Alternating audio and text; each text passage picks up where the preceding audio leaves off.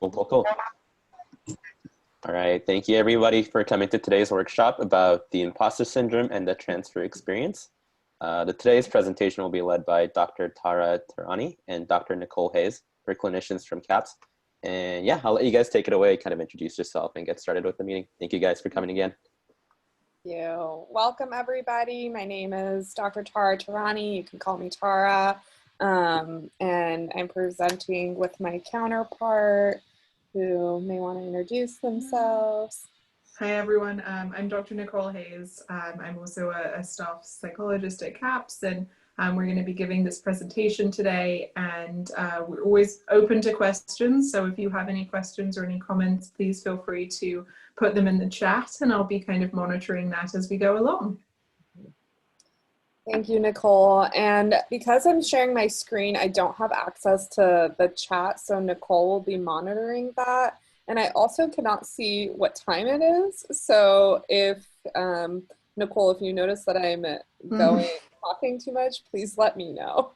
I'll keep you a little bit on track. Keep me on track if things go fry. Alrighty, so like we said, thank you everybody for being here, and we're going to be presenting on imposter syndrome, particularly how to foster self-compassion through imposter syndrome, which is something that we all have dealt with and may be dealing with as we transition to being a student at UCLA, so we wanted to really highlight this in your series. So to start, we're actually going to start with an activity. So Nicole, can you copy and paste this link into the chat? Let me see if I can do that. If not, I think I can. No, I can't, because I'm actually on my iPad. So. Got it. Okay, are y'all still seeing my screen? Yes. I think, okay. How about now? Did y'all get that I just sent? Oh no, it didn't. It's not showing up. No, we didn't. But we're going to be posting an assessment in the chat just so you all can kind of go through it quickly. So if we don't get it put into the chat, you can also just kind of type it into, if you're on a laptop or if you're on a device where you're able to see it. I believe. Is it in the chat? Y'all see that? It is in the chat. Okay, great. So you can click this assessment, and we'll just give a few minutes, maybe like 5 or so minutes, for folks to complete it and score it for themselves. And if you notice anything interesting or want to share your observations of that, please share it in the chat, and Nicole will just highlight a few of them that she sees, so we can just have a baseline of where everybody is at today. So I'm just going to give y'all a couple minutes to do that.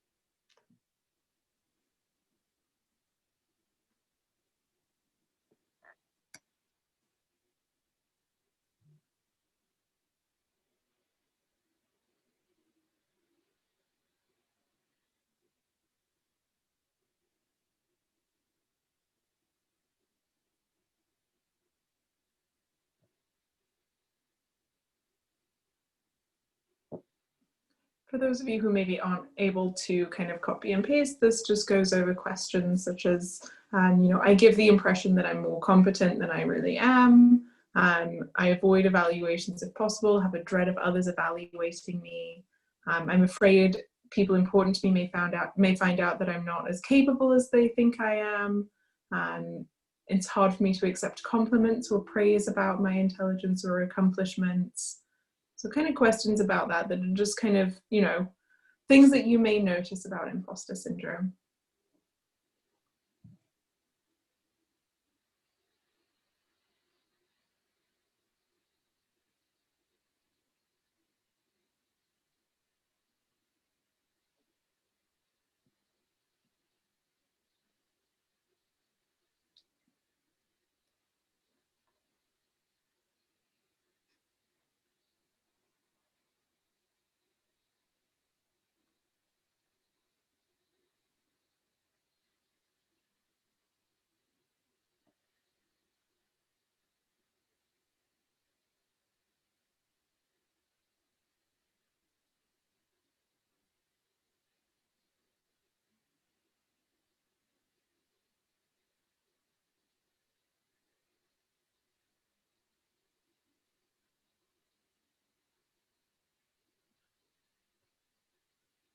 All right, I'll give it another minute. Are people completing it? Anybody say anything in the chat?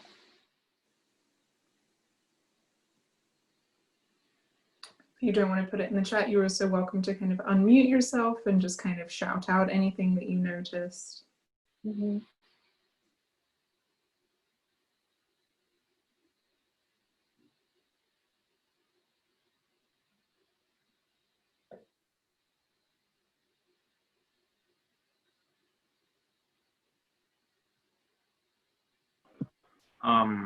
So like about the assessment?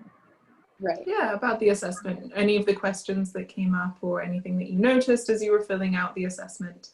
Yeah, I can say that like for me, like I have a lot of lack of like I'm very mindful of what others think about me. I notice that a lot. Like I'm confident in myself, but like what crushes me a lot is like one like stuff I've done in the past that like upset or disappointed others. Mm-hmm. And then another is like I'm so worried that I'm gonna screw up and like how I presented myself to others is gonna like completely destroy my reputation.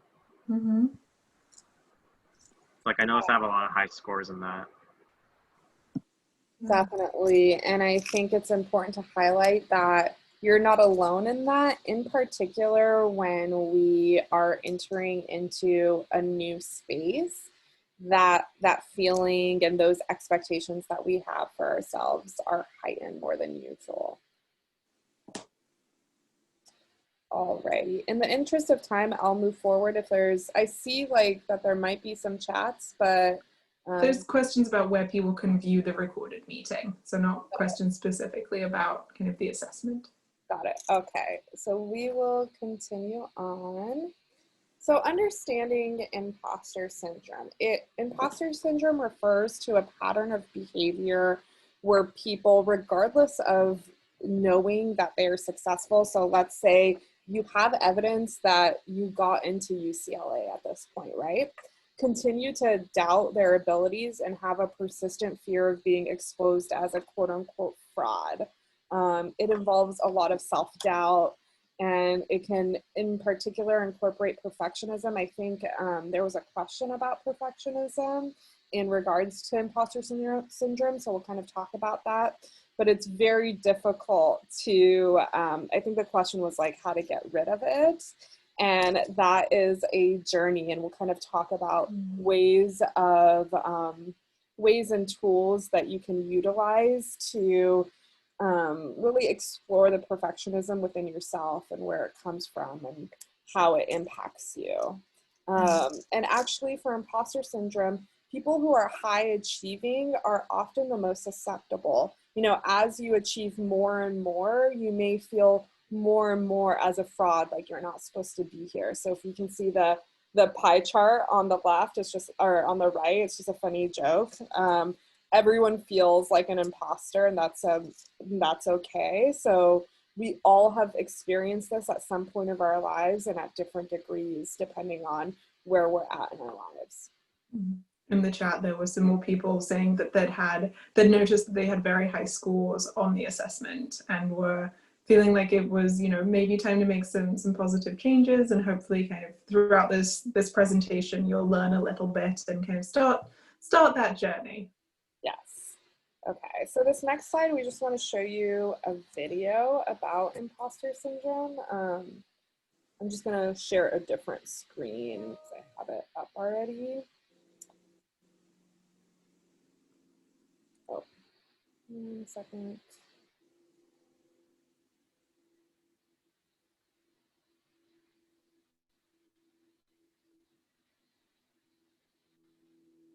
Y'all see that? Mm-hmm. Can you hear it? I can't. Oh. No.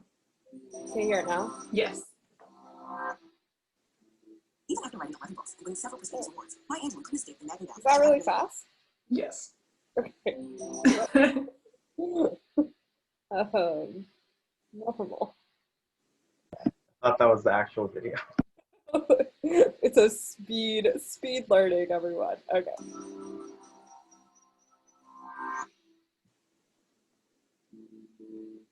Even after writing 11 books and winning several prestigious awards, Maya Angelou couldn't escape the nagging doubt that she hadn't really earned her accomplishments.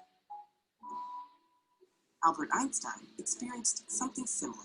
He described himself as an involuntary swindler whose work didn't deserve as much attention as it had received. Accomplishments at the level of Angelou's or Einstein's are rare, but their feeling of fraudulence is extremely common. Why can't so many of us shake feelings that we haven't earned our accomplishments, or that our ideas and skills aren't worthy of others' attention? Psychologist Pauline Rose Clance was the first to study this unwarranted sense of insecurity. In her work as a therapist, she noticed many of her undergraduate patients shared a concern. Though they had high grades, they didn't believe they deserved their spots at the university. Some even believed their acceptance had been an admissions error. While Clance knew these fears were unfounded, she could also remember feeling the exact same way in graduate school. She and her patients experienced something that goes by a number of names: imposter phenomenon, imposter experience, and imposter syndrome. Together with colleague Suzanne Ives, Clance first studied imposterism in female college students and faculty. Their work established pervasive feelings of fraudulence in this group. Since that first study, the same thing has been established across gender, race, age, and a huge range of occupations, though it may be more prevalent and disproportionately affect the experiences of underrepresented or disadvantaged groups. To call it a syndrome is to downplay how universal it is. It's not a disease or an abnormality, and it isn't necessarily tied to depression, anxiety, or self-esteem. Where do these feelings of fraudulence come from? People who are highly skilled or accomplished tend to think others are just as skilled. This can spiral into feelings that they don't deserve accolades and opportunities over other people. And as Angelou and Einstein experienced, there's often no threshold of accomplishment that puts these feelings to rest. Feelings of imposterism aren't restricted to highly skilled individuals either. Everyone is susceptible to a phenomenon known as pluralistic ignorance, where we each doubt ourselves privately, but believe we're alone in thinking that way, because no one else voices their doubts. Since it's tough to really know how hard our peers work, how difficult they find certain tasks, or how much they doubt themselves, there's no easy way to dismiss feelings that we're less capable than the people around us. Intense feelings of imposterism can prevent people from sharing their great ideas or applying for jobs and programs where they'd excel. At least so far, the most surefire way to combat imposter syndrome is to talk about it.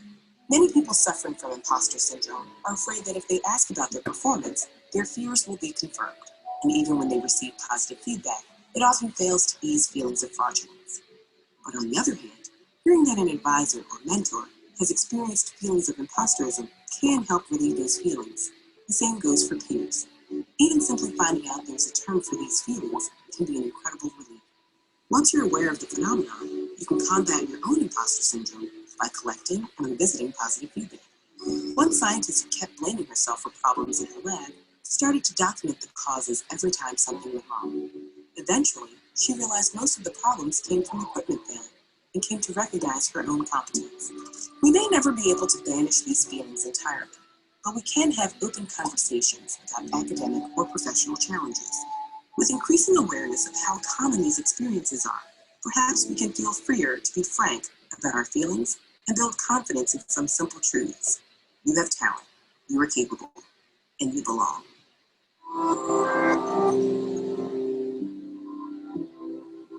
Okay. Second, let me go back to y'all.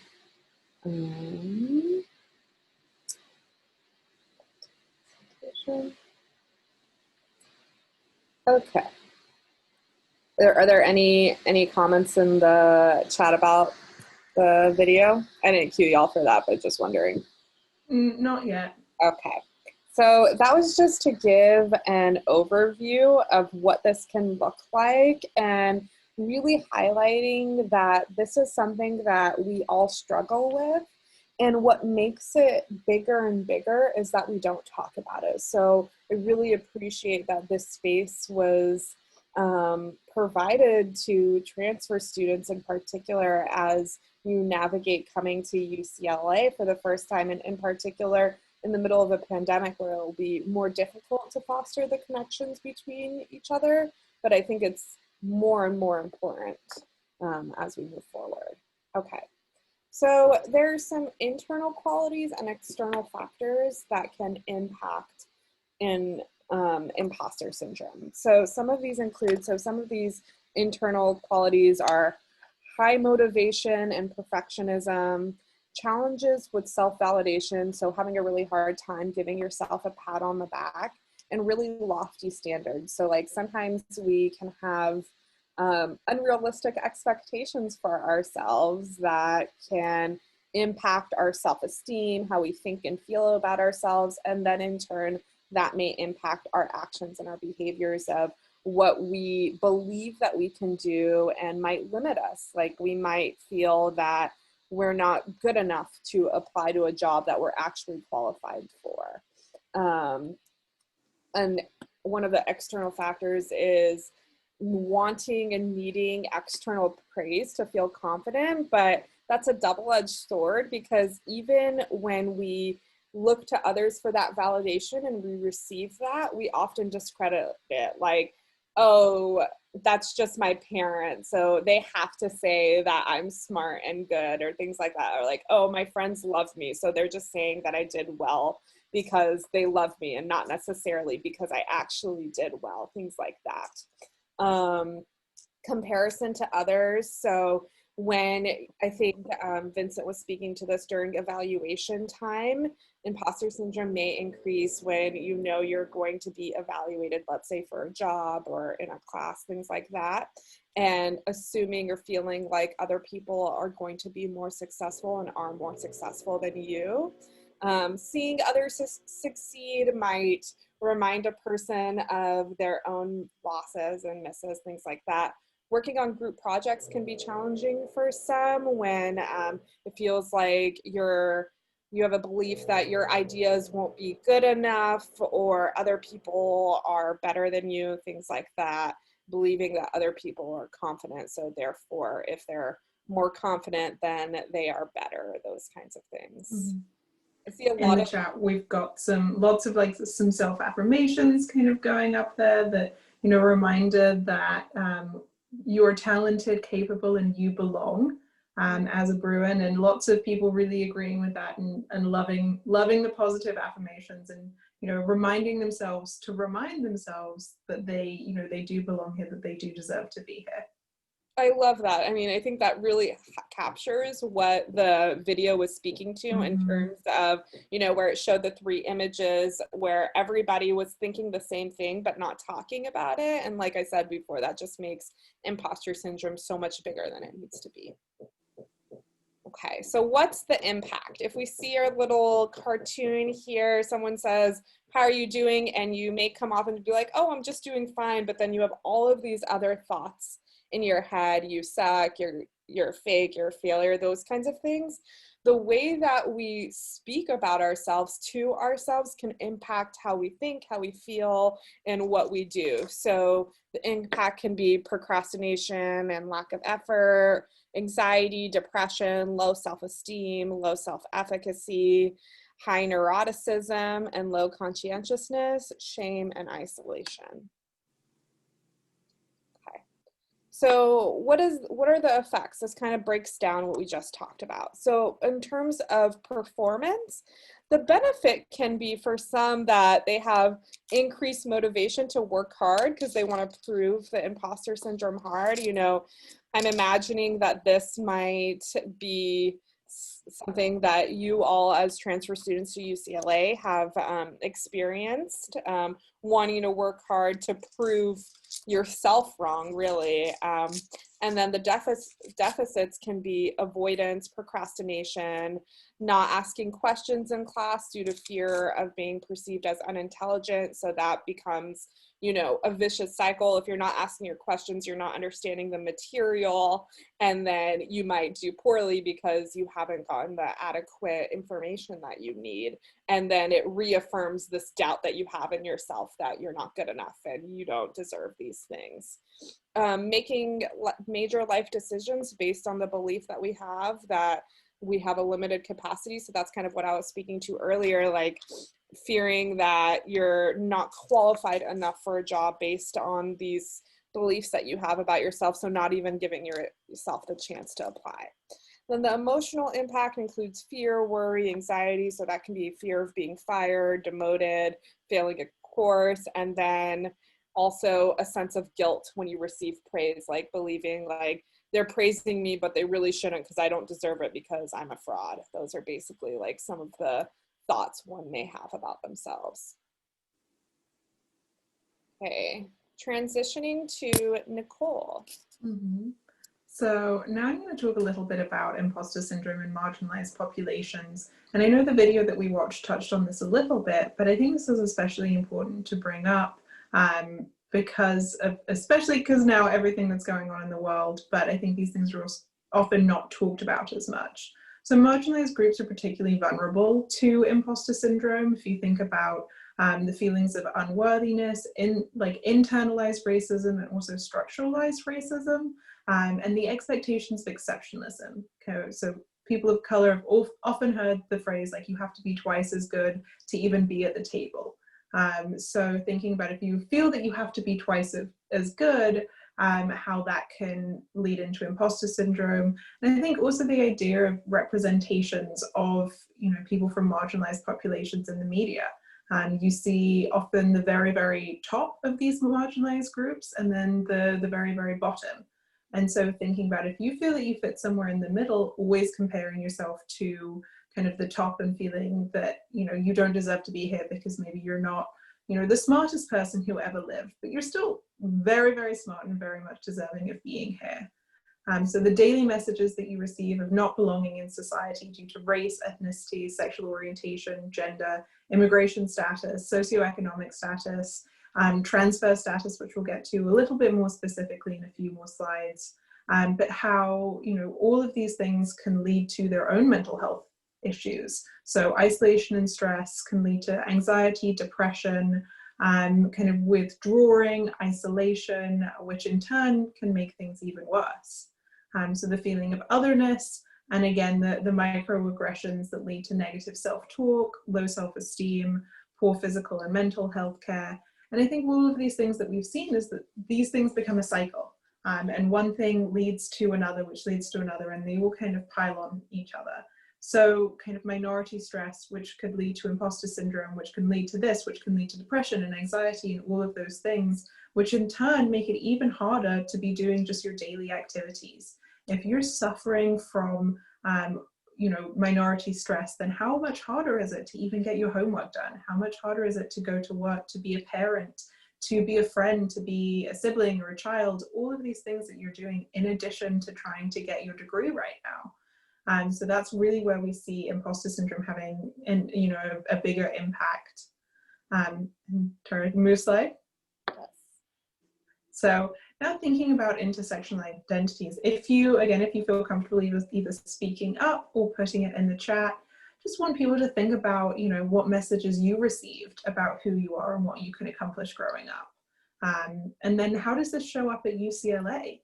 I can speak for myself that as a woman of color, I think that the representation that I saw of what my future career prospects were very different. I didn't necessarily see images of Black clinical psychologists growing up. So thinking about overcoming those possibilities about what was possible for someone who looked like me. Wondering if anyone's willing to share. Mm-hmm. You're looking at the chat, right? Because I still can't see it even. Yes. Okay.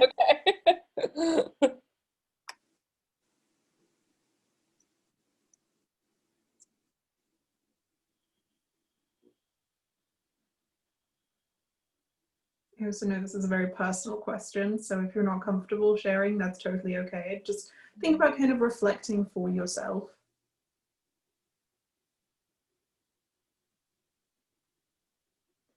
Has anyone, I know, as transfer students, you're new, but thinking about how this has maybe shown up in your perceptions of UCLA, being able to even come to UCLA or be a part of this campus?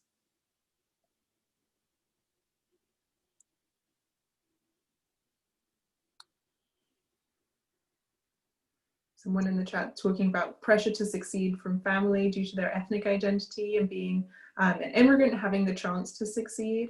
So definitely pressure from family members, especially family members who maybe are sharing that maybe they've sacrificed so you can have a better life, and feeling the need to live up to that. Someone else sharing had expectations being put on them for being disabled. I think that's certainly a big one, talking about ability status, of what is the expectation, what culturally we think about someone with different ability levels. Someone else sharing, told by a psychologist, and that hurts my soul, that it was unrealistic of them to expect to get into a university like UCLA, and sharing that they're also disabled. And, you know, I think that being a psychologist, that's one thing that I always hope that I'm sharing with people when I talk to them, is that there's nothing holding them back, right? None of these factors that we talk about should be holding them back. And having someone share that a psychologist put those expectations on them is really hurtful, and I'm really glad to see that you didn't let it hold you back. We apologize on behalf of our entire really profession, because that's awful. High school counselor told you never set foot into UCLA with your GPA in high school. They were wrong, yeah. Pre-law, told to become a paralegal and not pursue law school. As a Black woman, definitely I can see there's, you know, racism, sexism, all involved in that. Invisible disabilities, comparing yourself to different high standards. Don't know if people are familiar with the spoon theory, and how that might come up, especially for someone with an invisible disability. Expected to know everything and be the smartest among friends because you go to UCLA. Don't feel that different, and that pressure. And speaking to the kind of that imposter syndrome and the pressure from other people. I think, you know, it's worth talking about with this section on intersectional identities, the idea of what the campus of UCLA looks like. And even when you're sitting in your classes on Zoom or in person, when you look around you, who are the faces that you're seeing? When you compare yourself to those people, how does that feel? I know different identities are more strongly represented in UCLA in general, and in certain majors, in certain classes, in certain, you know, societies and clubs and athletics and all of these things. So if you're, you know, as a person of color looking around and everyone around you isn't the same racial background, that can lead to definitely some thoughts and some internalized feelings that come up. Thing in the chat coming up. A stigma that community college has in general, put a lot of positive pressure on you to challenge that ideology. Yeah, thinking about, you know, the stigma of even going to a junior college or community college and how that feels. And I'm seeing a lot of agreement in the chat about that, and using that, you know, that as a motivating factor, which is great, but it's also, you know, that also has a lot of things with that too. Okay, should I move on? Please do. Now thinking about specifically in transfer students, because this is a transfer student presentation, so the self-judgment in comparison to peers. And thinking about, this is something we've already talked a little bit about, and some of the things that you will put up in the chat, I think, go along with this, but comparisons to, oh, this person who's next to me, maybe they got in as a freshman and I took a little bit more time. So does that mean that they're smarter than me? Does that mean that they're better than me? And kind of some of that self-judgment coming up. And then that pressure again to prove yourself, someone coming from a community or a junior college, and that judgment.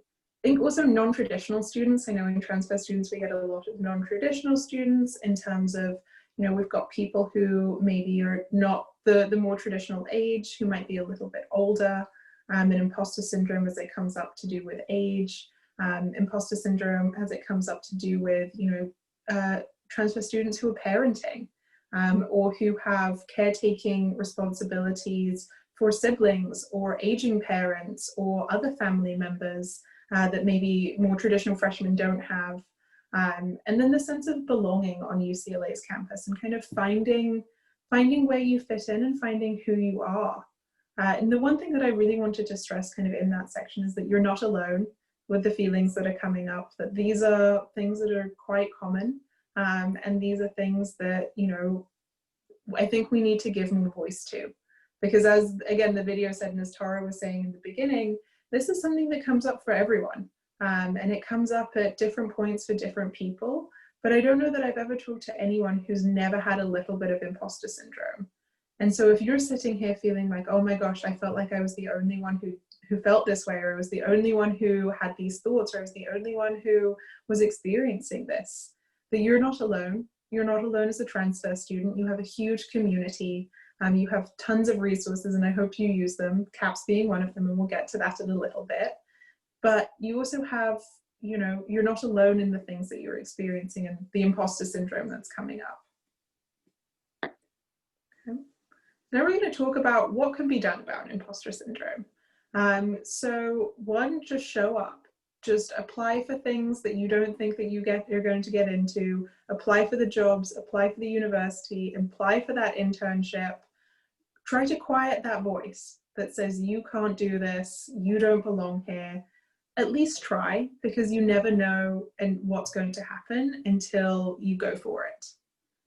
Joining an affinity group, so whether it's a transfer group, whether it's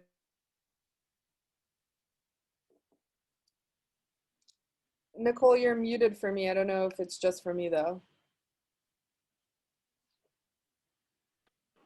Yeah, she cut off. Nicole, can you hear us? and so kind of, oh, I'm seeing in the chat that people cannot hear me. Yes, you, I don't know what happened, but you muted a little bit. Oh, am I back now? You're back now, so. Okay. Sorry, thank you for letting me know that I went out a little bit. You know, technical difficulties abound. But I was just saying, kind of join the groups that feel good. Recruiting a mentor, so someone who shares an identity with you that you're noticing you're feeling some imposter syndrome around. And having a really open conversation with them about maybe when they experienced imposter syndrome and how they got past it. Demanding better access to mental health care for marginalized populations. Certainly, you know, the CAPS is something that we try and make accessible to everyone. We don't do a perfect job by any means, but we're definitely trying. But there is definitely a need for wider access to mental health care, I think, at every stage of people's existence. So wider access to mental health care in community college, wider access in college, in graduate school, after any type of school, kind of as an adult, and then bringing seat to institutional tables. And I think this is really about like going for those leadership positions, you know, having a seat at the table, showing up, giving voice to your experience, and kind of using that as a way to pave the way for other people, as well as advocating for more intersectionality and more resources. And I'm seeing things kind of come up in the chat as well. Can we stop letting other people's opinion affect us and cause us to have imposter syndrome? And non-traditional, here's a lot that you shouldn't apply to a PhD. Absolutely apply to a PhD. Do you? Yeah, stop letting other people's opinions of what you can and cannot do really hold you back, because it shouldn't. And I know that that's a lot easier said than done. So I do hear that. Okay, Tara, next slide. So overcoming imposter syndrome. Again, breaking the silence, separating feelings from facts. I think this is a big one, and this is something that's huge that I talk about in my individual sessions when I'm meeting with people, is I always encourage people to check the facts. You know, if they're feeling imposter syndrome, they're feeling like they don't belong, I always say, okay, what's the fact of the situation? Someone's feeling imposter syndrome about getting into UCLA. The fact of the situation is that you absolutely did. UCLA is not an easy school to get into, and UCLA would not have let you in if they did not think that you deserved to be here and that you were not capable of being here. So when that little voice is telling you that UCLA made a mistake, UCLA did this, UCLA did that, UCLA wants you to be here. UCLA thinks you're absolutely capable of being here, and that is a fact of the situation. And so when this is coming up again, always think about what's a fact and what's that voice of imposter syndrome trying to lie to you about. And considering positive experiences and considering positive feedback. thinking about, oh, if I feel like I'm not going to do well on this exam, if I feel like I'm not, you know, doing well, thinking about all of the exams that you did do well on, all of the things that have gone well in your past, and thinking about even just writing those things down, keeping a running list of here are the things that I'm doing well, here are the things that I have been successful in, here are the things that, again, are the facts of the situation and not imposter syndrome trying to lie to me. Reframing failure as a learning opportunity, certainly, and I think we can even reframe failure as a word. That failure is kind of subjective. Oh, we lost you again. I don't know if she can hear us when we lose her. I don't know. Can y'all hear me? Rage. Okay. Yeah, now we heard you say rage. Okay, that's the important part. Yeah. And I'll go into self-compassion in the next slide. So Okay. I think you're good there. Yeah, but I was done. Okay. Sorry, Nicole. Okay. So moving right along, I think this is actually still your slide if you want to take it, or I can take it if you're having No one can hear me. I'll man the chat.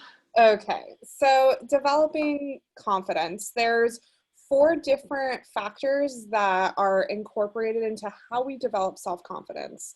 The growth mindset includes the belief that with effort that you can succeed.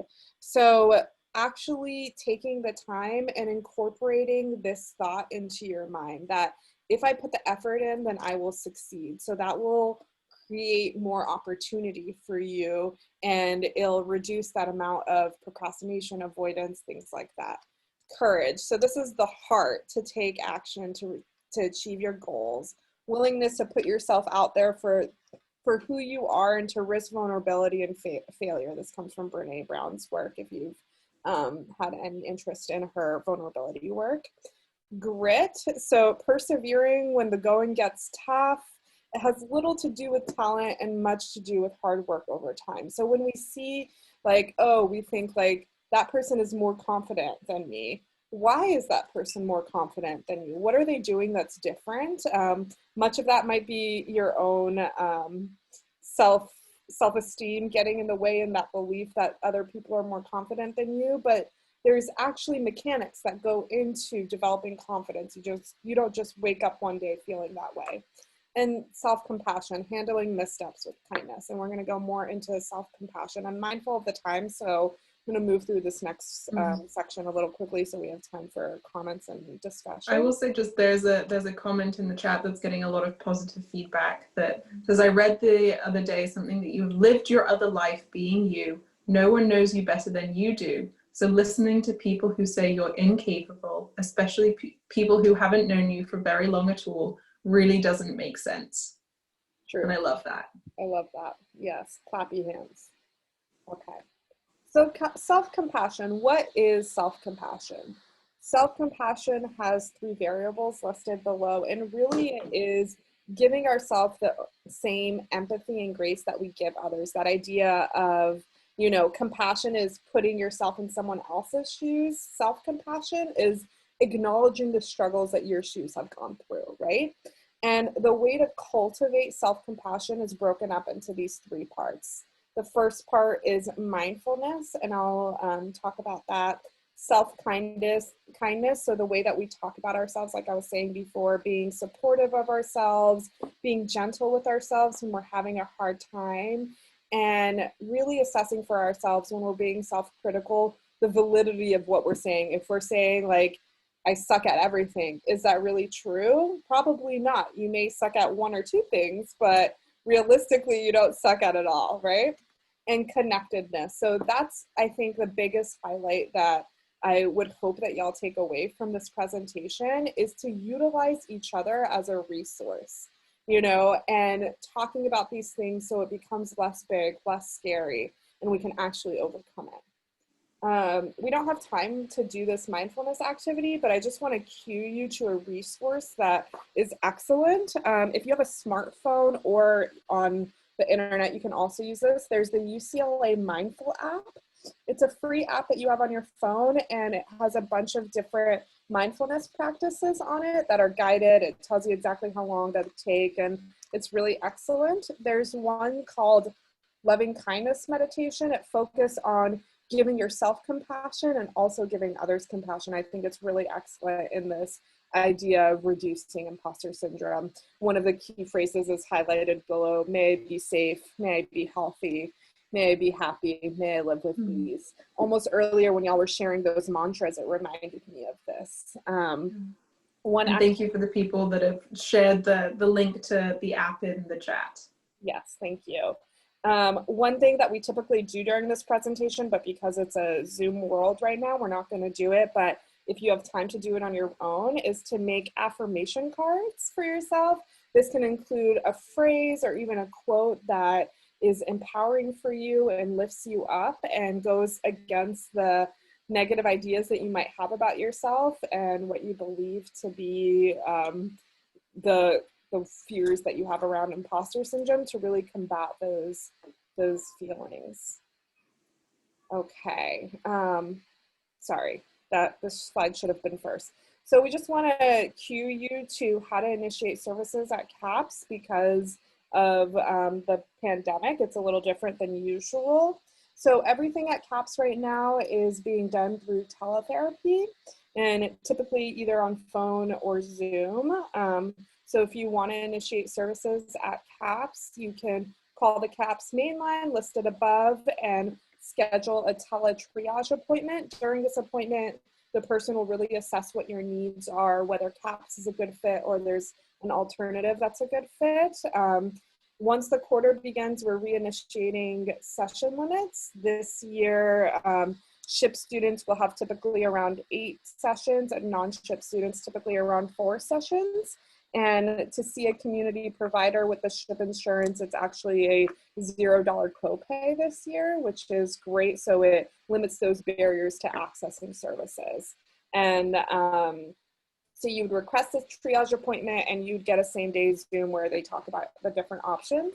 At this point, if there's a particular match that you're looking for, so if you're hoping to work with a clinician of a specific gender or identity, you can request that. We have specific clinicians that work with undocumented students, with queer and trans students that have specialties like that, with eating disorders, with athletics, things like that. So just to cue you to that service. We also have clinicians who speak various languages, so if you're more comfortable in a language other than English, please let us know and we can do our best to connect you to someone who speaks your native tongue. Alrighty, so now we're at the questions. I'm going to stop share so we can field any questions and any discussion if we want to have some time to talk broadly and connect with one another. So someone's reminding everyone that the Headspace app is free if you live in Los Angeles County through the end of the year. And that is also guided meditations and mindfulness activities. And I love it. I think they're based out of Santa Monica. So they're really trying to give back to the community. And even after the end of the year, they have a free section of their website and of their offerings. Okay. Does anyone have any questions for either Tara or myself, or things that we can answer about imposter syndrome or about CAPS in general? I want to say thank you so much, Dr. Tara and Dr. Nicole. This was amazing presentation. Thank you for all the tips that you shared. I want to encourage students to raise their hand and ask questions. If you don't want to do that, you can put it in the chat and then we are going to ask. So now I have a few questions that were put in the pre-survey. One of them is, what do I do when imposter syndrome resurfaces? Yeah, I would just remind yourself of all of the different tools that we talked about during this presentation. So, you know, connecting with somebody else that you feel safe with and talking it through rather than keeping it all inside, utilizing the self-compassion strategies that we discussed and the different topics that Nicole went through. So, you know, really assessing whether it's fact or fiction and things like that. in the chat is asking about 8 sessions per year for the rest of your time at UCLA.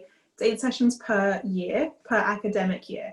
And so between kind of the start of week 1 of fall quarter through, you know, finals week of spring, you have 8 sessions. So it kind of, you can play with the frequency of how, you know, you want to be seen, to see if you want to spread it out. And certainly, you know, we can do what we can. If you need more frequent services, we can help arrange that as well. And everyone gets a few extra sessions in the summer. So I think you get, or not anymore? Nope, not anymore. That used to be a thing. So I guess it's 8. The session limits so that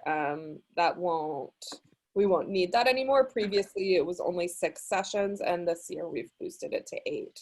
We've boosted it to 8. I will also say that psychiatry services are also available at CAPS if you have SHIP insurance.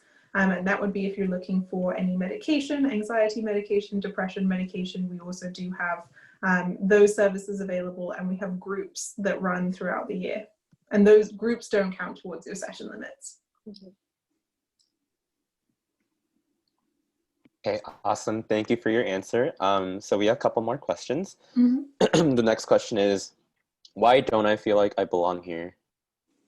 Yeah, I think that's a great question. I think, I'm sure, you know, that's one question that was put in the survey, but I'm sure many people are feeling that. And I think the real answer is imposter syndrome tells a lot of lies. So maybe you don't feel like you belong here because of some of the messaging that you've been told for all of your life about who does belong at UCLA, who does get to have these opportunities. And I think it's really hard to kind of start to rebel against those things that you've been told for much of your life. But I will say that everyone in this Zoom room, everyone who is at UCLA deserves to be here. So no matter what you've been told, again, we're separating fact from fiction. The fact is that you do belong to be here. Thank you so much for the reminder, Dr. Nicole. We have another question that it says, do you think a perfectionist mentality is easy or hard to shake off? I know you mentioned about this, but if you can elaborate more on that, please.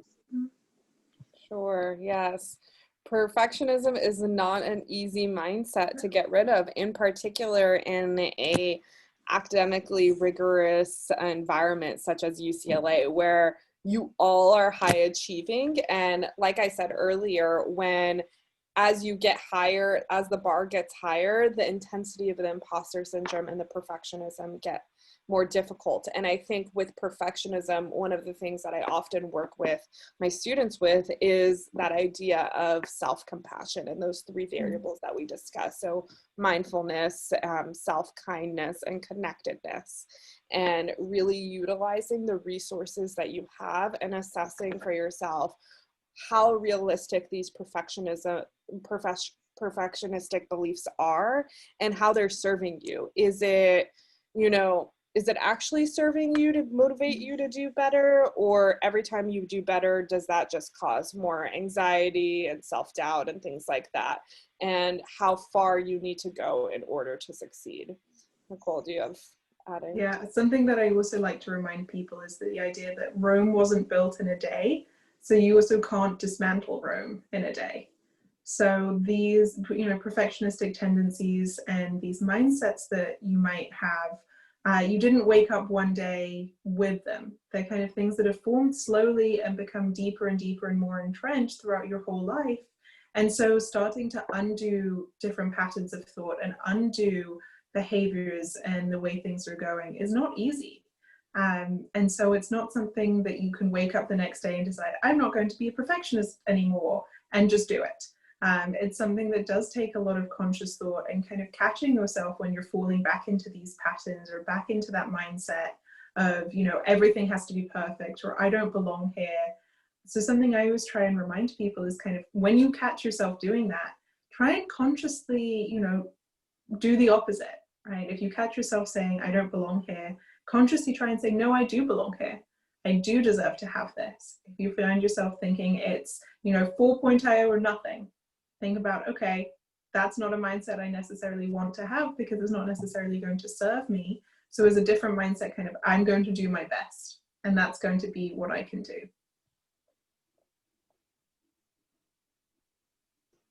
Thank you so much, Dr. Nicole and Dr. Tara, for that answer. It was very thoughtful. I think we don't have any more questions in the pre-survey, so I'm going to encourage students who are still here to just ask more questions. We have few minutes left. I just want to open it up to more questions.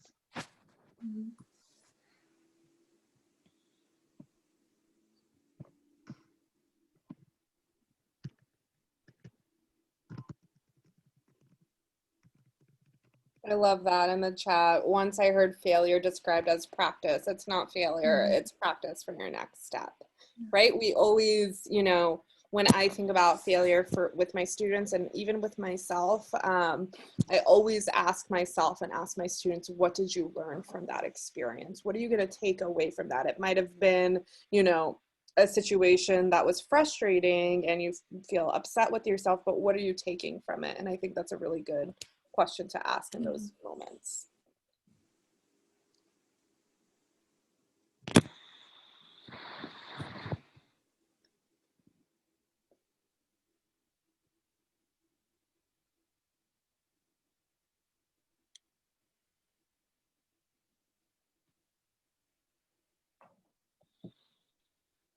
Okay, awesome. If there are no more questions, I'm gonna say thank you for, oh, no, we have one more question in the There's one more chat. question. Sorry, jumped the gun a little too soon. So how do we not feel embarrassed to reach out? Is that the question? How do we not feel embarrassed to reach out? I think that it's okay to feel embarrassed and reach out anyway. That the idea that you need to feel 100% comfortable before you reach out for help is just going to stop you from reaching out. So I think reminding yourself that reaching out for help is the best thing to do, and that the people on the other end are going to be kind and be helpful and help you get where you need to go, and that you don't know until you try. Tara, I don't know if you have anything to add.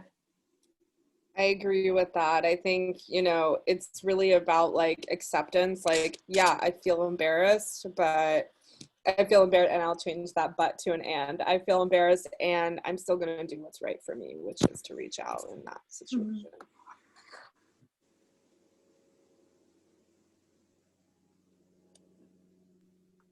Okay, awesome.